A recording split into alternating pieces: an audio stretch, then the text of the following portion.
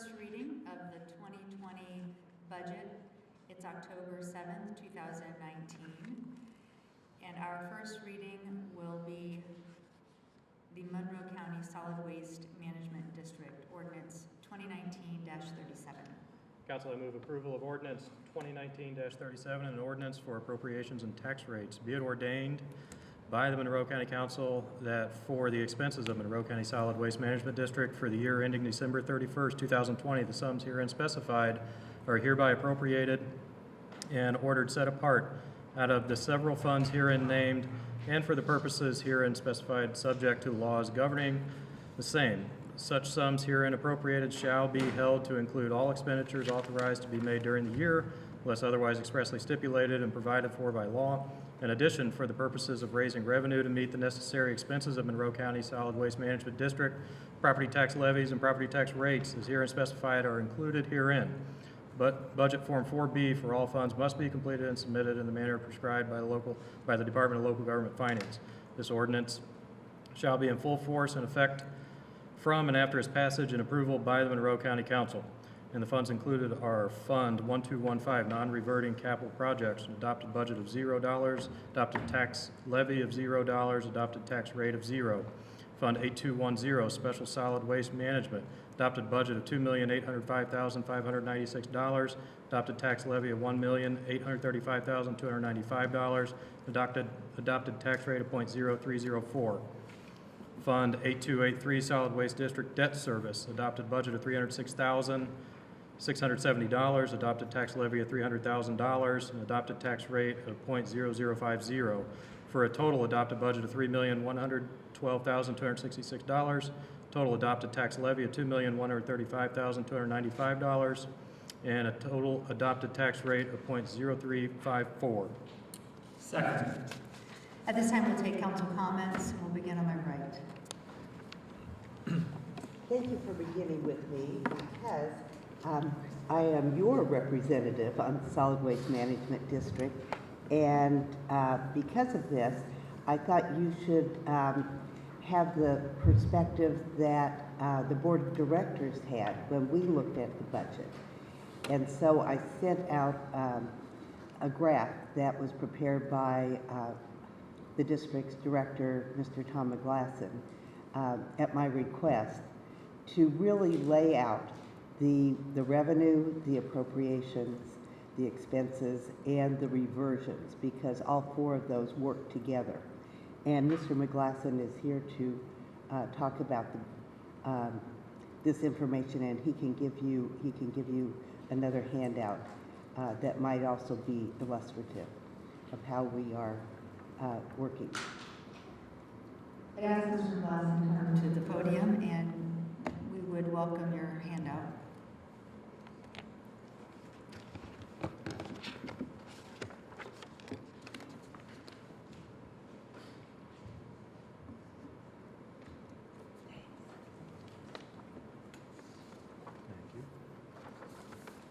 Good evening.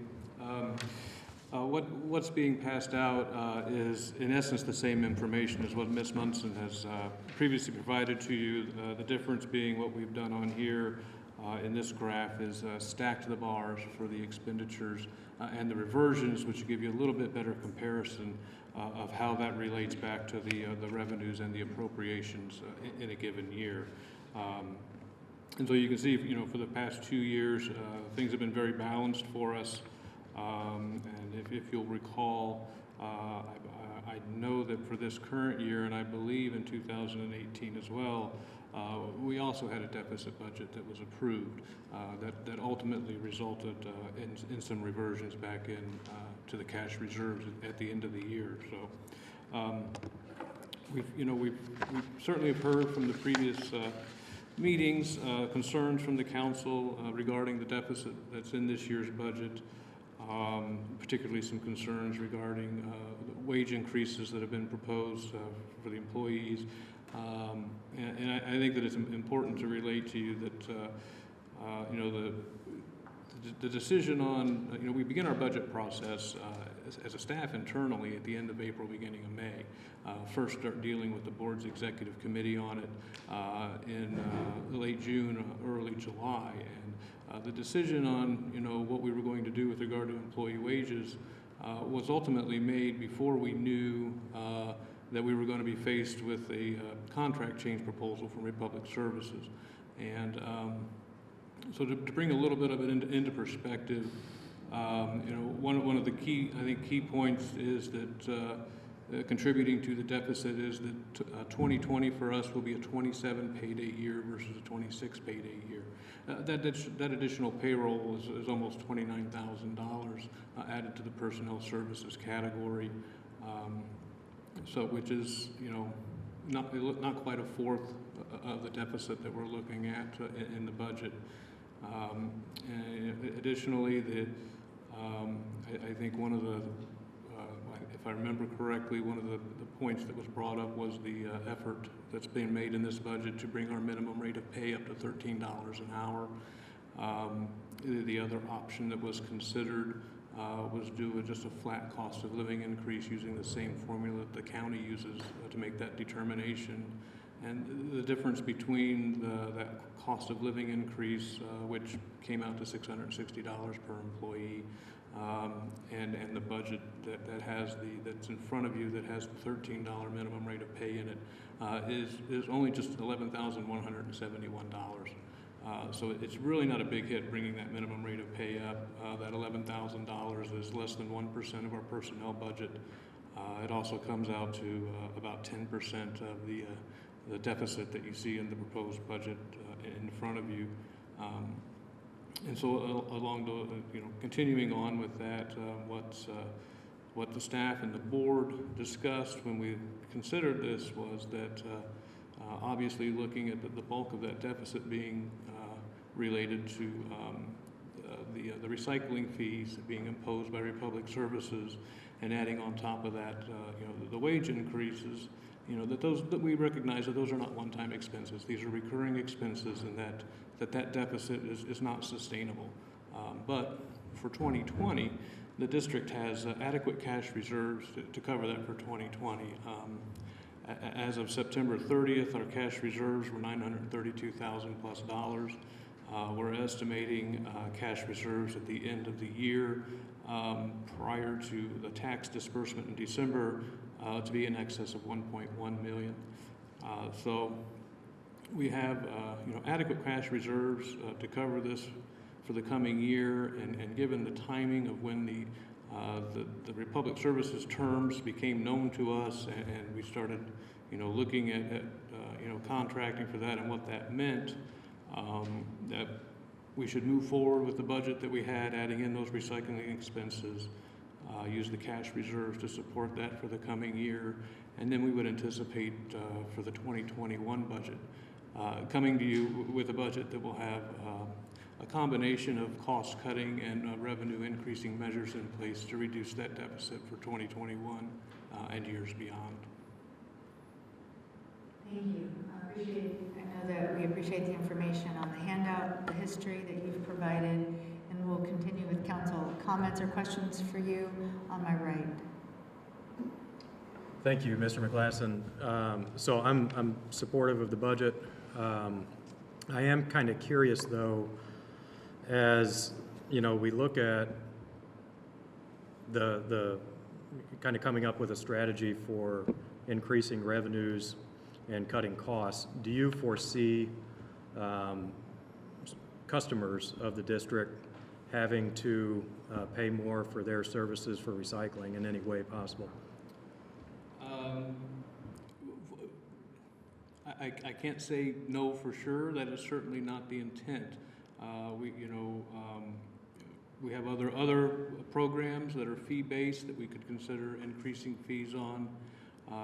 We have some other predominantly in household hazardous waste. We have some items that we take that we do have a significant cost for us to manage properly. Perhaps we need to look at implementing some fees on some of those things. But no, there's as far as staff is concerned, and I certainly have had no discussion with any of our board members about assessing any sort of fees to the public for recycling. Okay.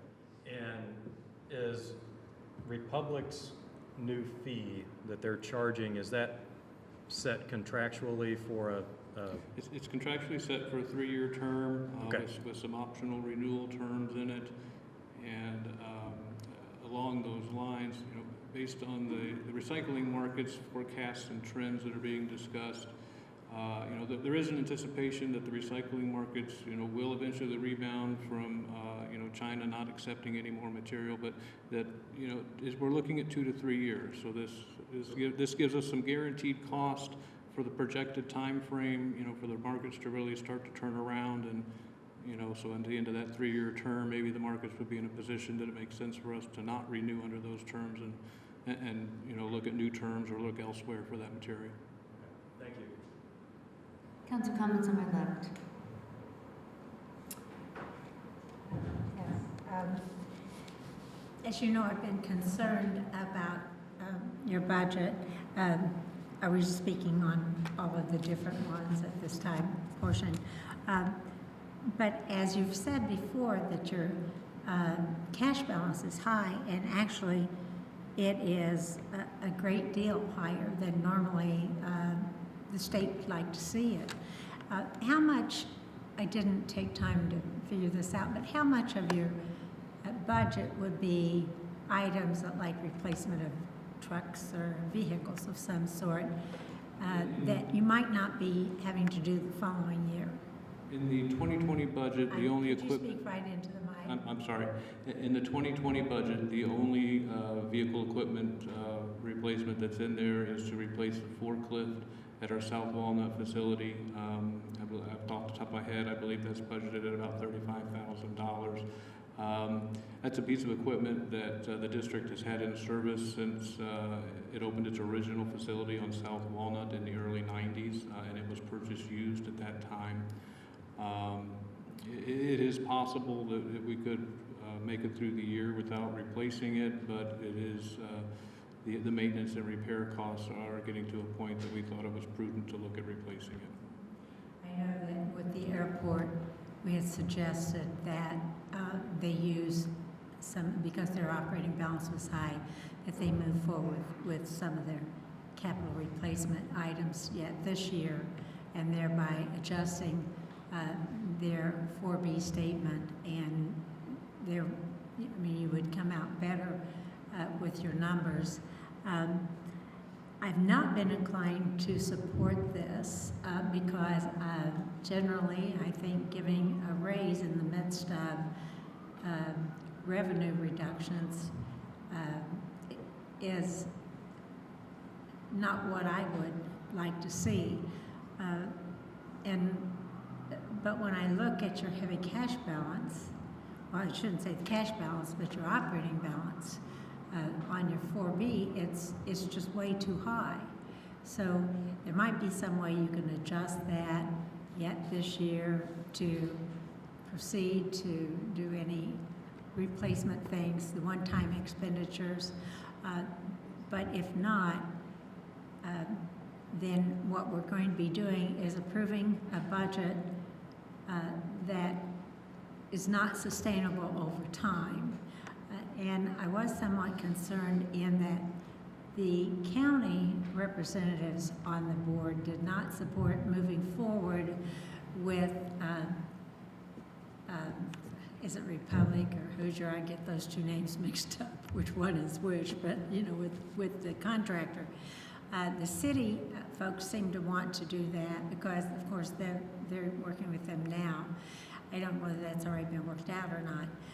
But considering your high operating balance with this proposed budget, I'm going to support this, but I certainly hope that if you don't see things starting to turn around, you'll do something that will be more of a reduction in staff or hours or something, because here's my concern. You're counting as part of your revenue, raising the cost of doing business with you, with all of your supporters, by raising that orange bag price, not starting in the middle of the year, but starting in January.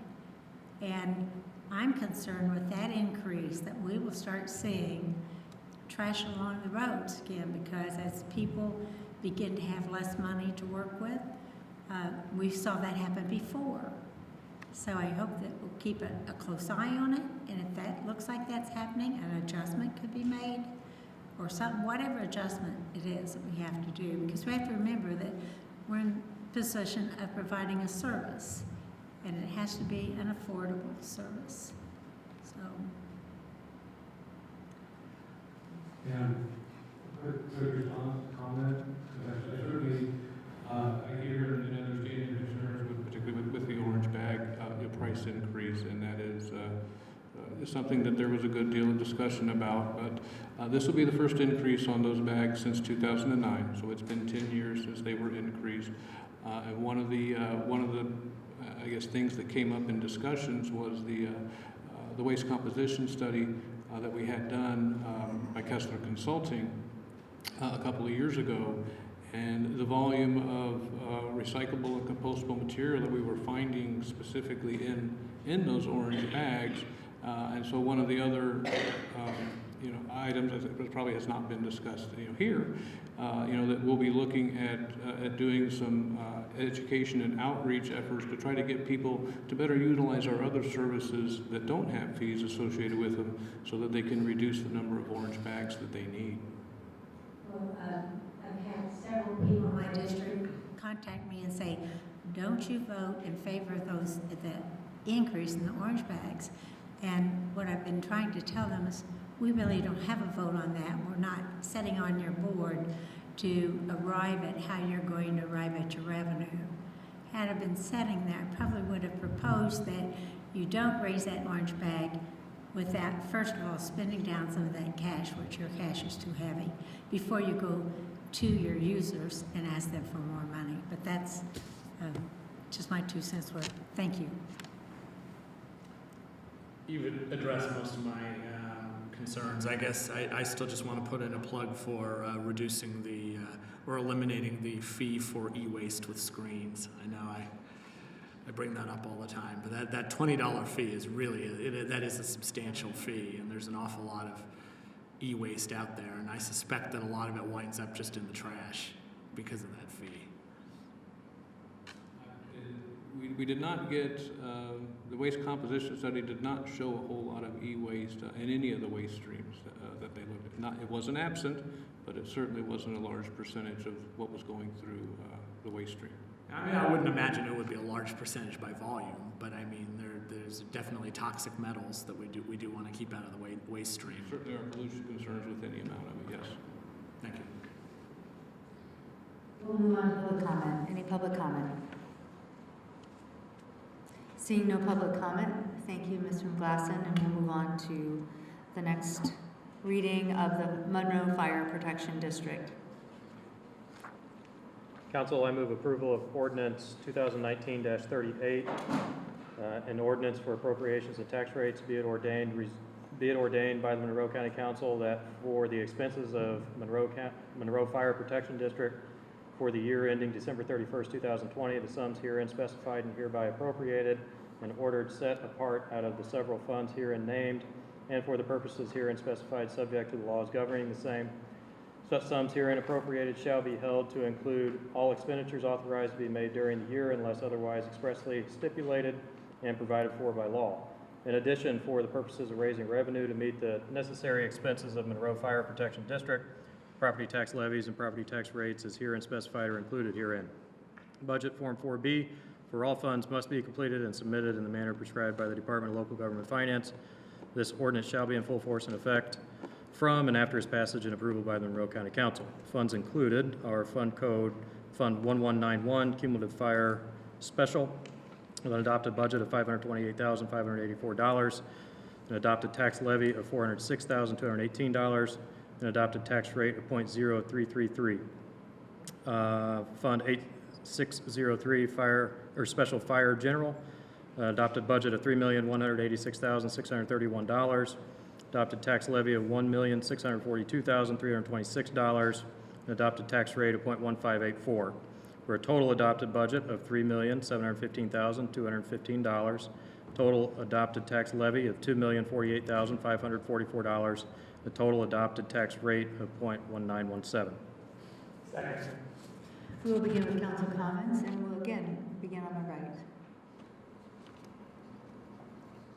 I think we've looked at this budget several times, and I have no specific comments, but I've heard the budget when we first considered public safety lit allocations, and I think this budget meets the needs of the district, and I'm very glad it does, because I live within the district. Thank you. Any council comments to my left? I was wondering, do you know, Lori, if they were able to correct at the state level the numbers that were off, and they found what the situation was, and they were having difficulty getting it corrected? Yes, we worked with the Fire Protection District and got those numbers corrected. So it is correct. Thank you.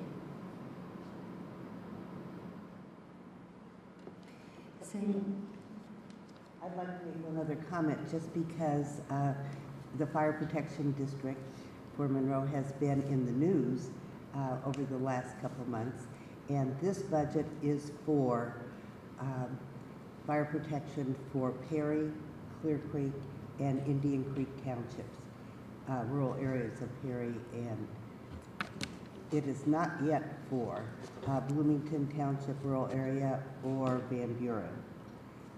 And that will be a very different budget that we will hear next year as the district continues to grow. Any public comment on this budget? Seeing no public comment, we will move on to the Monroe County General Fund, Monroe County budget. Council, I move approval of ordinance 2019-39.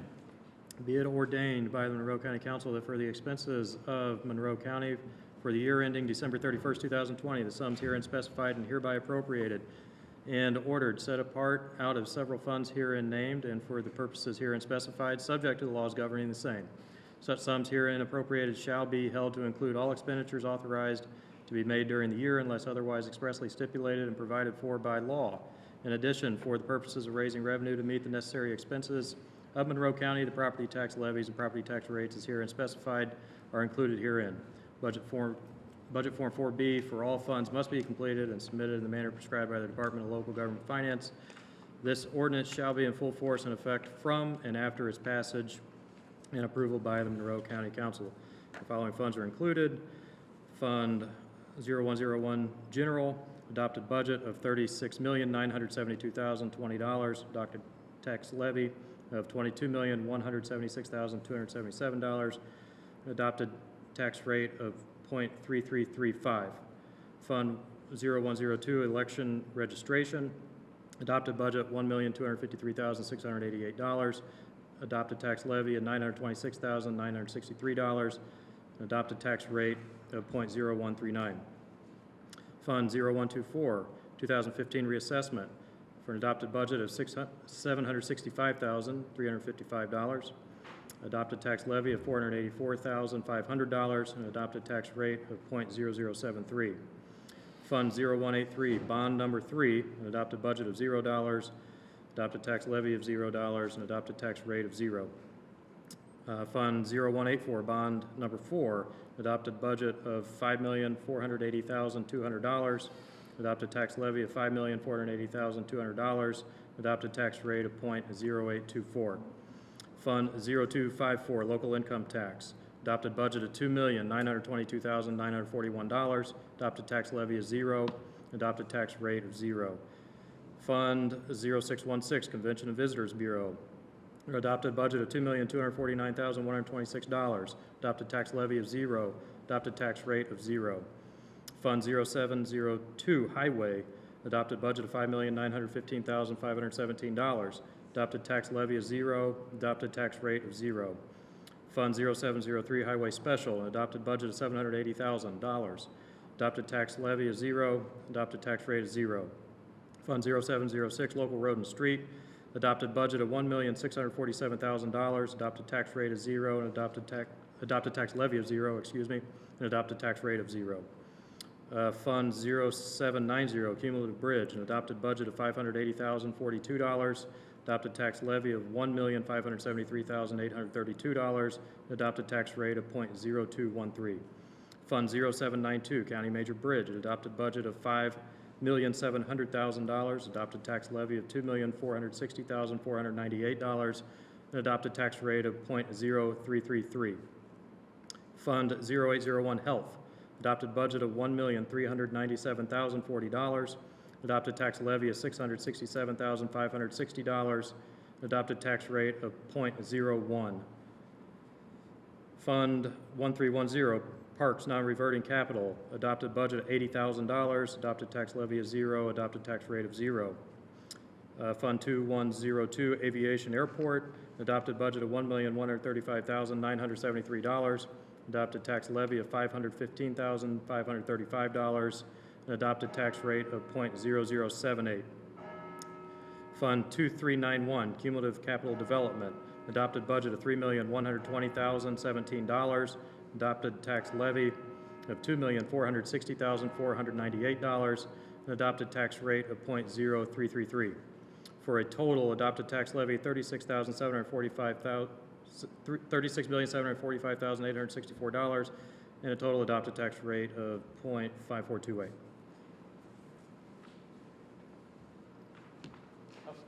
Still got the next page. And moving on to the home rule funds, and these are not reviewed by the Department of Local Government Finance. Fund 9500 Extradition and Sheriff's Assistance, adopted budget of $1,828. Fund 9501 Surveyor's Corner Perpetuation, adopted budget of $101,815. Fund 9502 Juvenile Per Diem, an adopted budget of $346,250. Fund 9503 Monroe County 911 Fund, an adopted budget of $1,365,188. Fund 9504 Monroe County Convention Center Debt, adopted budget of $636,000. Fund 9505 Auditors and Eligible Deductions for an adopted budget of $105,754. Fund 9508 User Fee Jury Pay, an adopted budget of $24,500. Fund 9509 User Fees Juvenile Probation, adopted budget of $18,883. User Fees Adult Probation, Fund 9510 for an adopted budget of $279,376. Fund 9511 User Fees Project Income for an adopted budget of $471,932. Fund 9512 Supplemental Public Defender Services for an adopted budget of $1,025,708. Fund 9513 Clerk's Record Perpetuation, an adopted budget of $116,223. Fund 9514 User Fees Diversion Prosecutor for an adopted budget of $173,897. Fund 9515 User Fees Court Alcohol and Drugs, adopted budget of $178,638. Fund 9516 Local Health Maintenance, an adopted budget of $72,672. Fund 9517 Emergency Planning Right to Know, an adopted budget of $15,900. Fund 9519 Misdemeanor Community Corrections, an adopted budget of $122,450. Fund 9521 Alternative Dispute Resolution, an adopted budget of $21,000. Fund 9522 Sales Disclosure County Share, an adopted budget of $31,538. Fund 9523 Convention Visitor Capital Improvement and Maintenance for an adopted budget of $100,000. Fund 9524 County Offender Transportation, adopted budget of $3,000. Fund 9524 County Offender, Fund 9525 Local Health Department Trust Account, an adopted budget of $61,810. Fund 9526 User Fees Problem Solving Courts, an adopted budget of $49,507. Fund 9527 West Side Economic Development Richland Township TIF, an adopted budget of $1,932,419. Fund 9528 46 Corridor Economic Development Bloomington Township TIF, an adopted budget of $333,085. Fund 9529 Fullerton Pike Economic Development TIF, an adopted budget of $172,535. Fund 9530 Plat Book, an adopted budget of $53,025. Fund 9531 Convention Center Operating for an adopted budget of $574,688. Fund 9532 User Fees Cable Franchise for an adopted budget of $291,019. Fund 9535 PSAP Interlocal for a total adopted budget of $2,263,238. Fund 9544 Identification Security Protection, adopted budget of $10,500. Fund 9552 Stormwater Management, an adopted budget of $1,738,884. Fund 9559 County Elected Officials Training, adopted budget of $30,000. Fund 9571 Public Safety Lit for an adopted budget of $2,514,463. Fund 9588 Federal Ward Title 4D for an adopted budget of $44,345 for a total Home Ruled Funds budget of $15,282,062. Second. We'll begin with council comments on my right. Well, my first comment is that Councilor Spoonmore did an excellent job of speed reading this budget, and it was very clear. I read along to make sure he hadn't misspoke on any of the numbers, and it was a fantastic job. Thank you. I will reserve comments tonight. I'll probably have some tomorrow night. Mhm.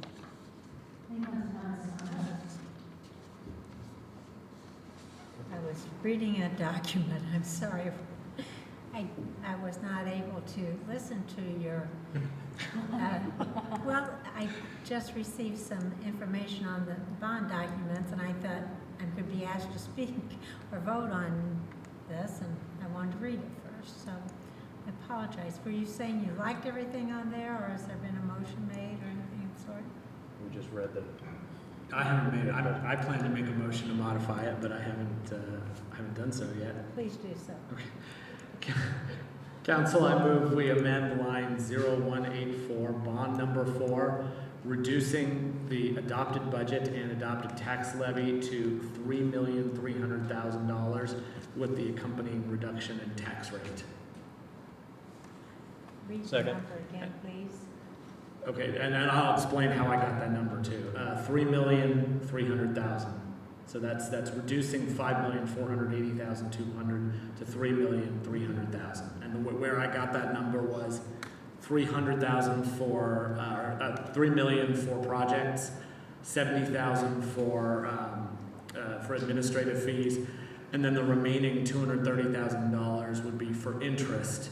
But in reality, that's an interest rate. That's just the maximum possible interest we would pay. And in reality, at the point the bond is issued, that amount would be determined for sure, and it would be significantly lower than that. Also, by going up that high, that allows us to just advertise using the actual CNAV to calculate the tax rate and have, not worry about any errors in that. So that's where, but that's essentially $3 million in projects. And we do have a second. yes. Councilor Spoonmore seconded, so we'll take council comments on this motion of reducing Fund 0184.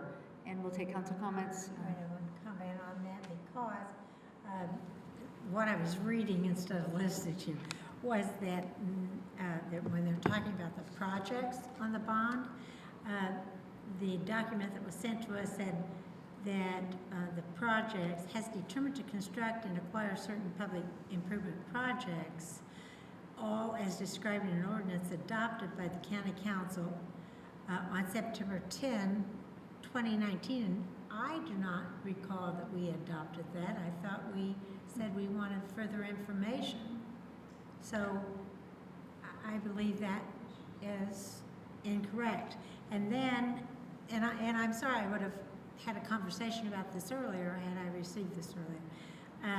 And then when you get to the second page, under section 2, it is talking about an amount not to exceed $5,170,000 $5,000. So that document appears, either I don't know how to read it. No, there are clearly, there are some references that still need to be updated, but those ordinances are not on tonight's agenda, they're on tomorrow's. Never you mind, I'm not going to So- start moving forward So the without county trying still to has get the, correction. county legal still has the opportunity to correct those inconsistencies. But yes, that $5 million still appears inconsistently, as does the dates. You're correct about that. Any additional comments about this motion? We'll move to the right. Any council comments? So I'm not clear about our process in considering the bond. We have a motion to reduce it to $3,300,000. And I certainly think that is a good step because it is in line with our current bonding. And I'm just not sure what we have to do at what point in time. And I ask this because I'm not going to be able to be at a meeting later this month. Our work session meeting, I won't be able to attend. So could we ask our staff to tell us more about the schedule and on bond approval? We can ask our attorney, Margie Rice. It's set for your vote tomorrow, but today we had a conversation with Angie Purdy in the Commissioner's office and Jeff Cockrell. And given that the project list may change and this amount may change, we talked about the possibility of putting it off, of postponing for a couple of weeks. So that might get into the time frame when you would not be available. But we wanted to make sure that you guys, whatever indication you gave from us today about the project list or the amount of the bond, that we would have time to work with bond counsel to make changes to address Ms. Hawk's concerns that she brought up, make sure that the paperwork's all in order before you voted on it and that the commissioners were apprised. So if the feedback is that you want to reduce it to 3.3, we can make sure reviewing the bond ordinances and the project description, take out anything that needs to be removed, fix anything that needs to be fixed, and then bring it back for a vote at your work session. But again, that's going to mean that you wouldn't be here for that vote. As of now, as it stands right now, it's still on your agenda for tomorrow for a vote. Well, I can comment further tomorrow. Yeah. And so, We certainly could get the paperwork changed. We just wouldn't have the chance to talk with the commissioners. They won't be meeting till Wednesday. So we could get the paperwork changed to be 3.3, change the project list accordingly, fix the documents, and get them to you for tomorrow for vote. We think we can do that. The issue just is whether if you want to go ahead and vote on that, knowing that the commissioners, we haven't had yet a chance to talk to them. They won't meet until Wednesday. Well, I certainly don't want to exclude the commissioners from their input on a reduction. And we want to know their priorities too. So, I have had one reach out from a commissioner yet this afternoon and let her know that it looked like you wanted to reduce it to about 3.3. And she wondered if that was going to come out of cash. And I let her know that it looked like probably about $559.80 would come out of cash, and the rest would just be a reduction in the bond, and whatever projects impacted that could be funded out of a future bond. and then, so what does this, is there a way that we could identify the new resulting tax rate as a result of the reduction? That Would is it be, it's consistent with the current rate, right? It's similar, but of course the CNAV is going to be, the net assessed value is going to be higher. But then also say that. You beat me to it because you knew I was going to say it. But then also if we calculate it now, we could calculate it based on, and it'll be in the paperwork tomorrow, based on the $3.3 million. But actually, ultimately, when the rates get set by the DLGF, we'll have issued the bond, presumably, assuming it passes, and that interest rate, that $3.3 million will be less, both because the interest will be less and there'll be some amount of miscellaneous revenue, like excise and CBET, that actually gets applied towards the bond as well, requiring a little bit less in property taxes to raise it. As I mentioned earlier to some of you, this really does affect the people with that entry-level price range home, or even somewhere around 200,000 or 100, because they're the ones that saw the bigger percentage increase, I would suspect, in their assessed value.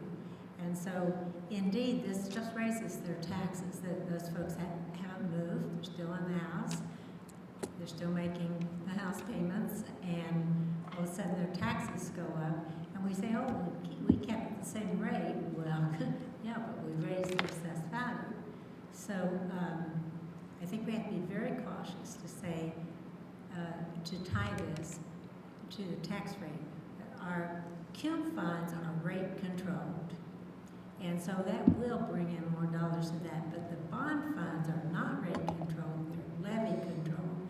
So if you raise that levy more than this year's levy, which was 3 million, right at 3 million, it was under 3 million, 2,900,000 and something, I believe. If you raise that more than that, for all those people whose assessed values went up, and they're still living in the same house, you're raising their taxes. I understand that may happen anyway, but at least understand that's what we're doing. And just to be clear, it was less than 3 million because, at least partially, because of that miscellaneous revenue. Right. Right, But which it wouldn't be ended- taken into account in this paper. Right.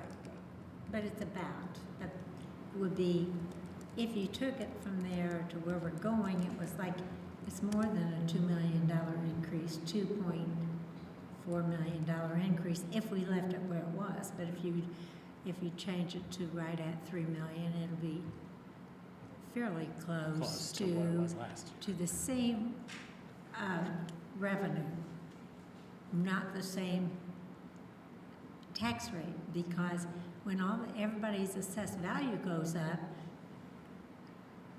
it's supposed to reduce the tax rate. The more assessed value you have, the less tax rate, less taxes people pay. You have more people paying into it. Except that if we just suck up the difference and use it all, we didn't reduce the tax rate. Okay, I know, I'm too conservative, but there you go. And so my thought was that we had talked at the work session, of course, we talked at the work session about paying for some of the intended projects out of cash. I think Margie had the total. What was it $559,080? Is that right? $559.80. So that that can proceed apace, and we can certainly, if there's additional need for projects, we can certainly do another bond the next year, and that we'll have to consider that when we do. But that would certainly allow that those two decisions would be independent. But that would be my intention, would be just to essentially push off the projects that wouldn't fit into the next bond. But we certainly could vote on it tomorrow. But my thought is we want to involve the commissioners in that decision, give them they got a heads up that was something we were considering at the work session. But they're going to, I assume, going to want to come to us with a list of exactly what they need to fund immediately with this bond. So my thought was that tomorrow's meeting we could essentially take public comment, because it is an advertised public hearing. Take public comment, and then potentially continue that discussion for 2 weeks, or for a special meeting if we wanted to accommodate Councilor Munson's schedule. But there are a couple of different options. But I didn't want us to immediately make this change and then have to consider the bond ordinance and take a final vote tomorrow without the commissioners having a chance to weigh in.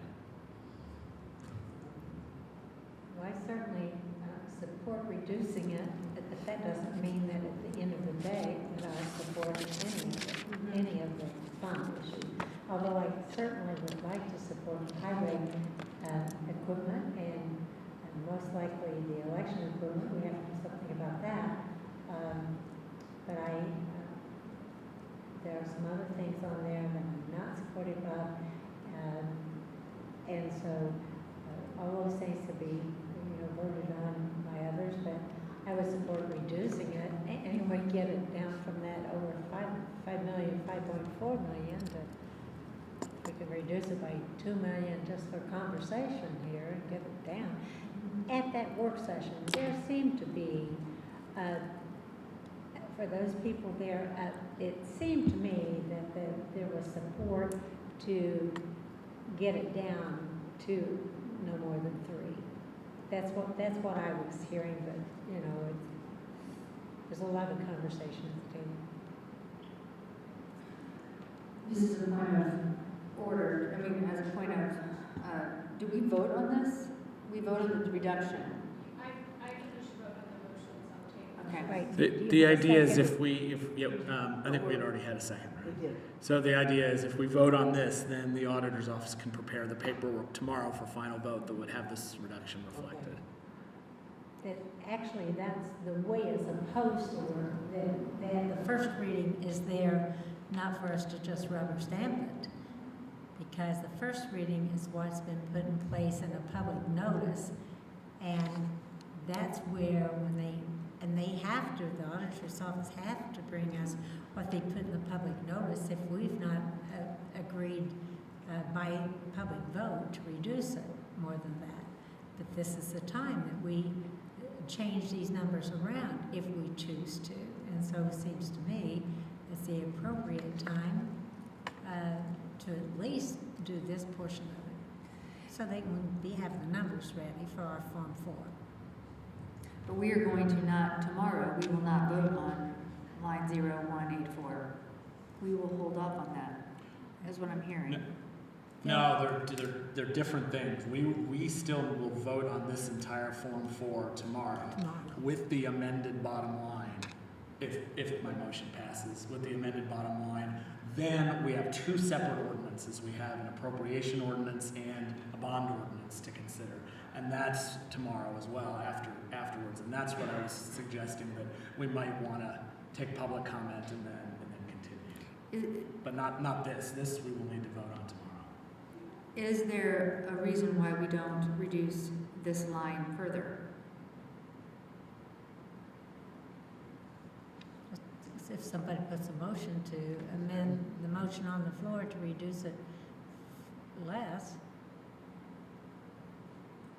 could have a motion for that. But So the what, motion on the table right now is Jeff's to reduce the line 0184 to 3,300,000. I think that one you need to vote on, and then if people support it, great. If you don't and you want it to be even lower, then the motion can fail and somebody can put a new one on them. any additional comments? Ms. I Robinson? just want to add that these are the maximum amounts and the maximum levies. So after discussion of the bond, future discussions, you could actually lower the amount, but this stabilizes the tax rate with what it is this year, notwithstanding the increase in the CNAV, of course, but these are the maximums. Thank you.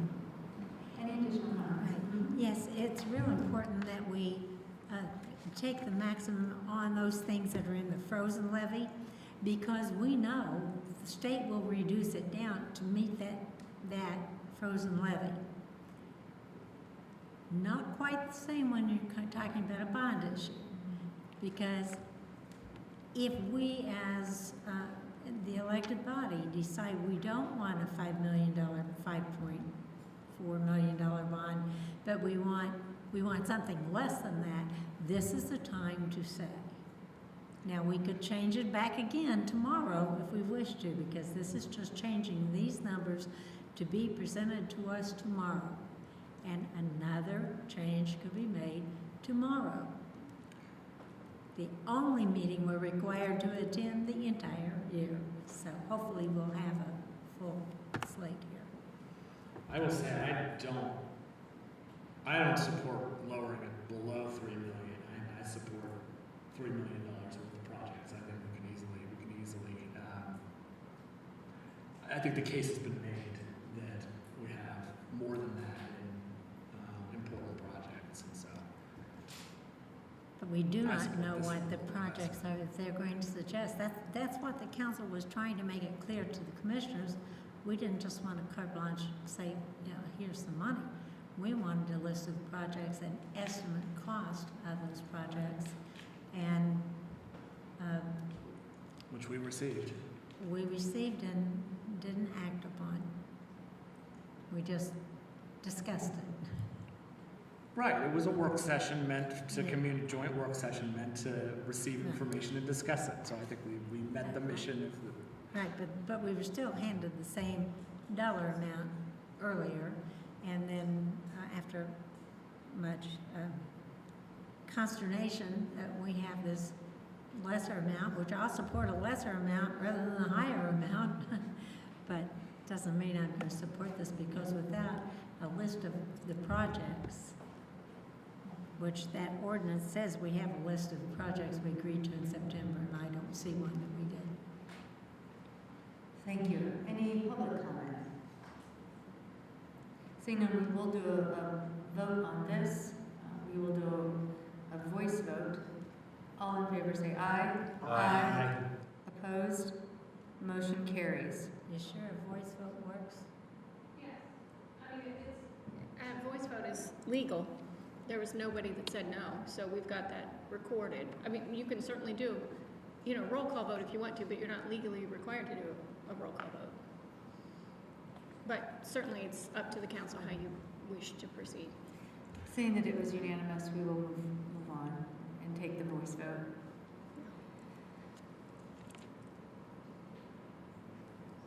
So any public comment on the overall budget? Or I don't know.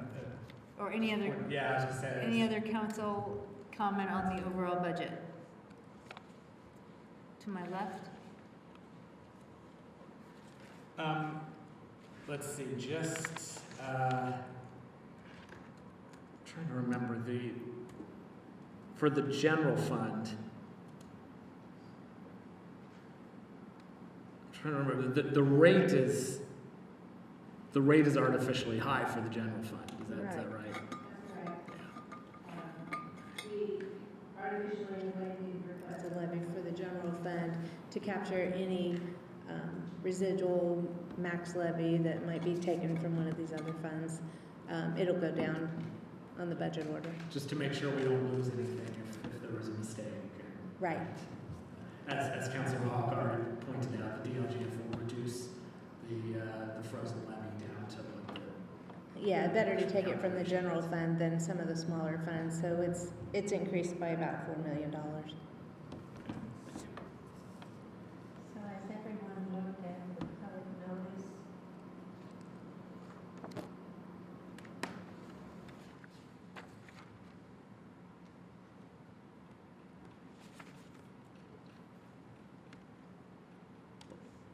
I didn't check those numbers, but that looks like, well, I mean, it looks like we're going from 29.2 to 36.7. Now I know that that's inflated because we wanted to get the numbers high enough on the frozen levy. But somehow or the other, that still seemed pretty high. But if you reduce it by the 2 million, then you're down to 34,745 from 29,266. Well, I don't know what that percent is, and that's what's on taxes. Did anybody check those? It's got to be right.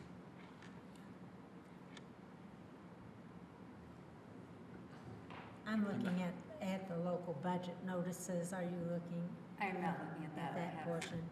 I don't have that pulled up. Another taxing unit, didn't look at that, voted on a bond that was a lot more than the year that they were presently in, and the next one was a great deal higher, and it caused a huge problem in my district, if we remember. It wasn't us, but still, I want to make sure we all look at those local budget notices. Right, well, if you was see, if you click advertised. on it, because, you know, now it's all one system, that information isn't input individually, and so if you actually click on that view budget notice, that notice to taxpayers, you actually see Right. that the numbers are identical to, you know, to the Form 4 that we've got here. Right. Well, except that the bottom says, that doesn't say what this year's is. See, that's what I like about the local budget notices, because it says what the rate is. Right, it has the this current month. levy. It says That's- what yeah. the levy is this year versus what our proposed levy Right. is, and the increase in each one. That's true. And that's where it wasn't caught in that other situation that caused such a problem. Not Was with the- us, but- The advertised amount. Well, it was a problem because if you look at the current tax levy and you look at what you're proposing it to be for next year, it's a dollar amount, not a percentage, a dollar amount. And that's where you can see how much you're actually proposing to raise the taxes. Like in this particular one, because if we're looking just at the bond issue before we made any changes, this year the levy says $2,931,680, and next year we were proposing it was going to be $5,480,200. That's where you can see the major change there when you're looking at the difference in the bond issue. Now we're making steps to reduce that portion, but I do think it's important for us to look at those budget notices and to be prepared to discuss that with the taxpayers if they should ask us a question. Right, just realizing that it is other than last year's or the current Which is levy. so the important part. Right, but this has the data is the same, it's derived from the same, it's pulled from the same So place. he says, I'll give you in the this, database. and I'm charging this much this year, and you can have the same thing next year, only I'm gonna charge you more. That's kind of what the taxpayers are looking at. Any council comments on number 8?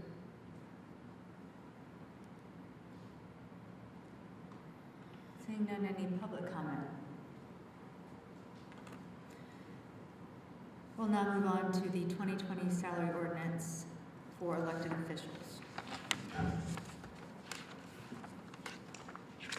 Council, I move approval of the 2020 elected officials salary ordinance, an ordinance adopting Monroe County, Indiana salary schedule and compensation policies.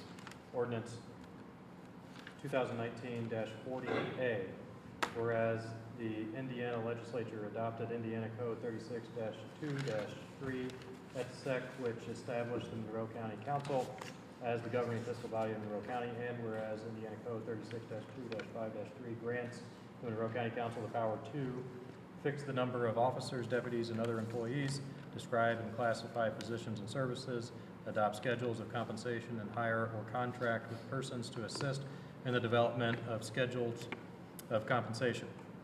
Whereas the Monroe County Council wishes to establish compensation schedules and pay policies. Now, be it ordained by the Monroe County Council of Indiana that this ordinance affixes the number of and compensation for elected officials of the county for the period of January 1, 2020 to December 31, 2020, whose salary is comprised of funds payable from any county fund or budget as provided by Indiana Code 36-2-5 et sec, are hereby solidly fixed, and the following maximum level of salary is shown on the salary compensation grids. All payments made pursuant to this ordinance are contingent upon the strict compliance with and adherence to the Monroe County Personnel Policy Handbook. For elected officials, time worked on or after January 1, 2020, and prior to midnight of December 31, 2020, shall be calculated and paid within the parameters of the salary ordinance and personnel policy handbook, regardless of when the payment is issued. Elected officials shall not receive compensation above the salary range authorized for their position in the elected official salary compensation grid. The county auditor shall not issue pay warrants for pay that exceeds the authorized amount specified in the salary ordinance. Compensation amounts listed are an annual appropriation amount. Calculation of the biweekly rate may result in a slight variation and will not be adjusted at year end. I have to go. I thought this was gonna be short. Do you have a second? Oh, Second. Thank you. We will begin with council comments. Alderman Wright.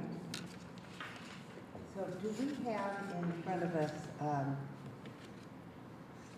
the actual salaries that we're about to approve and about to comment on and approve?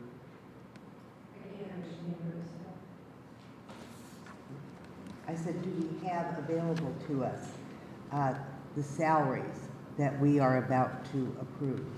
The full salary ordinance Uh-huh. was included in the email that was sent earlier this week. And It all was- we bring to the readings is what you have to sign. It was, Right. yes, it was mailed actually last night. Last night? Yes. That's probably why I didn't I see it. didn't see it. Michelle did. So sorry. Last night, okay. It's big too, very comprehensive. Salaries. Any other council comments? Samantha? Yes, in reviewing the salary compensation I for would- the elected officials, if the public looks at this, it's going to appear that there's rather large raises because there's an additional pay in there. I did notice that on that final pay, for the elected officials, it's going to be all of it figured on a 27 pay period within the same year. But for the employees and others, it's going to be figured that way, but that final 27th pay will be figured on a 26 pay number so that they can get those numbers correct, because for the public that might want to know, we a few years ago changed to whether or not the work that was performed was in a previous year was going to get paid according to the date that the paycheck, that they received the paycheck. That's for the other employees, but not for the elected officials, because you cannot do that for the elected officials. So that's the reason why it all has to be separate. And then when you're looking at this, when I first looked at it, and I'm seeing the assessor at 62446, and the others were like 65848 and so forth, I couldn't, and then I remembered, well, that has to do with getting that level 3 certification. So if you add 5,000 onto that, that's actually more than the others, so. Thank you for that clarification. Any other additional comments? Any public comment? Oh, do you have one? I have it in front of me now. Okay, good. I just needed to know where to find it. Any public comment? Seeing none, we will move to our final budget, which is the salary. May I make one more comment, please? Absolutely.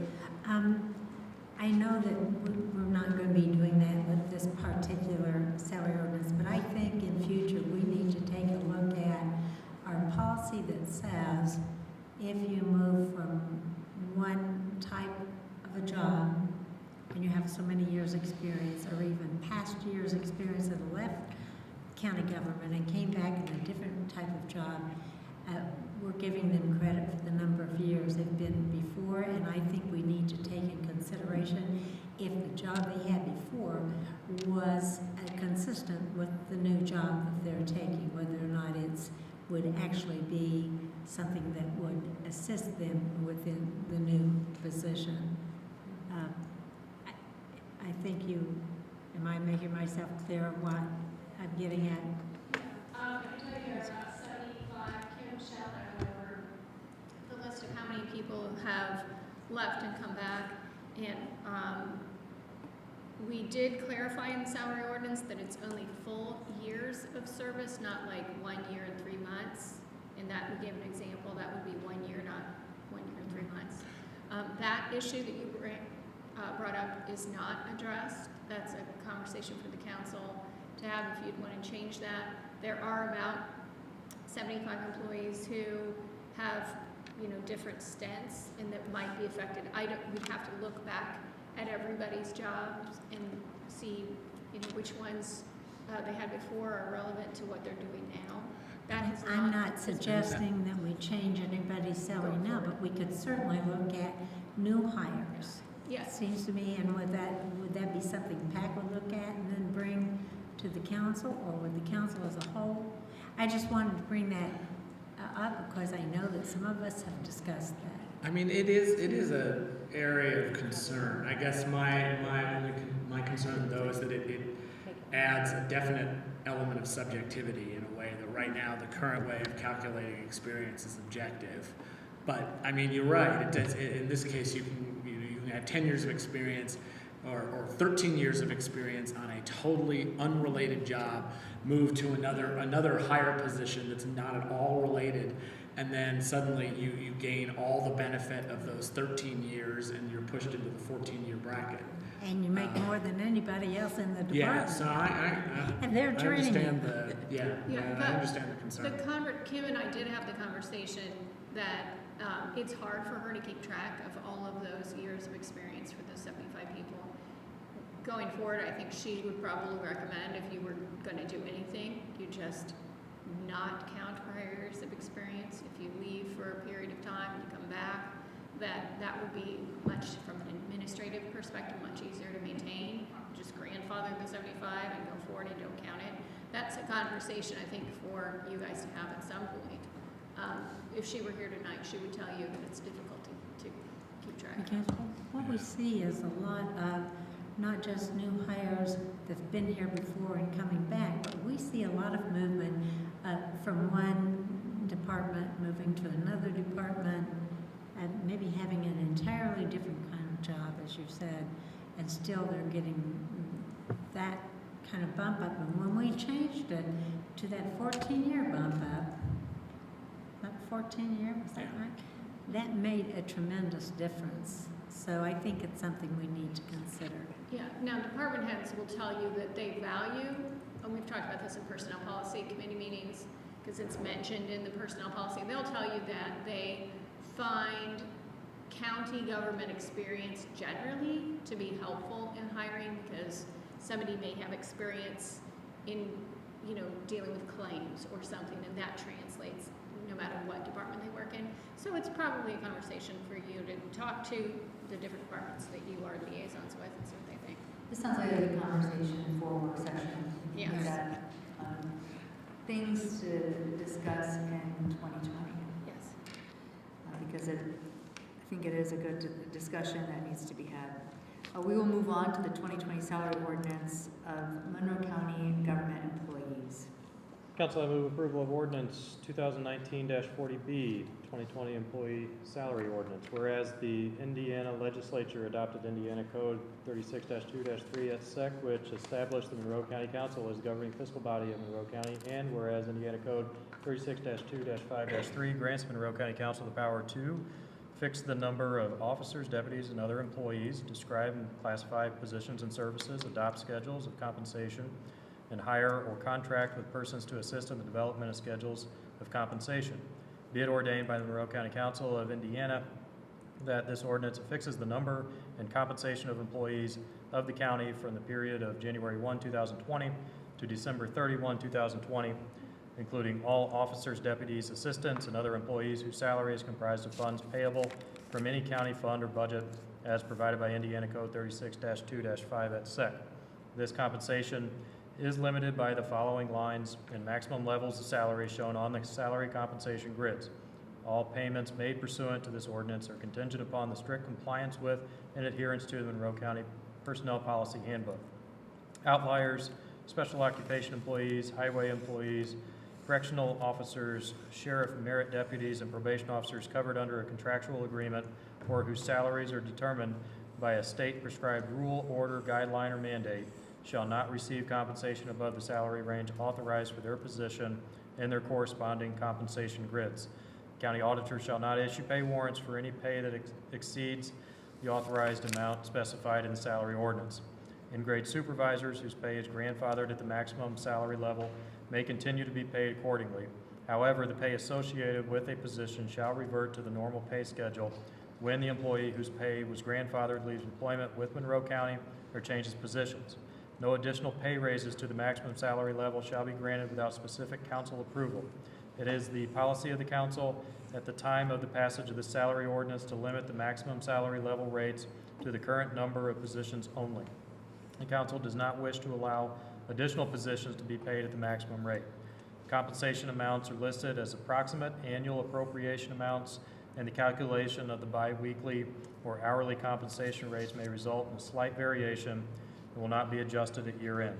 Compensation paid on or after January 1, 2020 and prior to midnight December 31, 2020 shall be calculated and paid within the parameters of the salary ordinance and the personnel policy handbook, regardless of when the work is performed.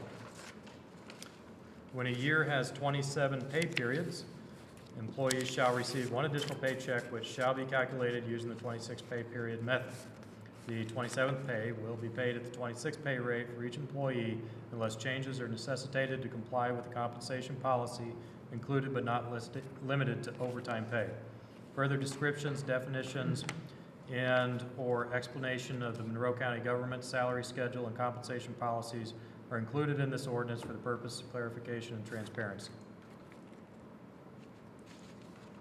Presented to the County Council of Monroe County, Indiana by induction in full for the first time this, the 7th day of October 2019.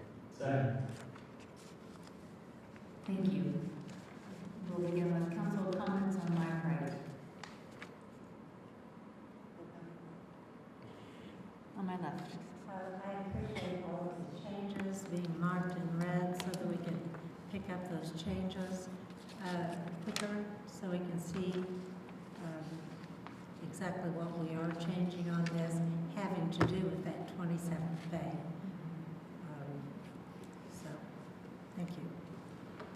Well, and of course, the really big change in here, besides the 27th pay, is getting rid of in-grade supervisors in the future. I mean, we've been Well, we've been working on that for forever. a decade. I think we've been trying to get rid of those for That a is decade. old news, time to make it happen. So, yes, I'm very happy to support that amendment, and I appreciate our staff taking the initiative to capture what was clearly the sentiment of the council and putting it into words here that become part of our salary ordinance. So, yeah, I'm really glad to see that. I agree with that. Any public comment? Seeing none, this concludes the reading of the Monroe County Council budget, the first reading for the budget for year 2020. And we will be here tomorrow evening at the Monroe County Courthouse in the Nat U. Hill Meeting Room at 100 West Kirkwood Avenue, Bloomington, Indiana 47404. We will be here tomorrow at 5:30 p.m. for the second reading. Any additional council comments before we adjourn? I have an additional question. And whether or not it's appropriate now or not, you might let me know. The agenda for tomorrow, there were a lot of extra things on there after we voted. You know, there was like the bond and whether or not we're going to buy the ground and some other things. And if we don't have to make those decisions tomorrow, hopefully we can remove that from our agenda because the agenda is so long.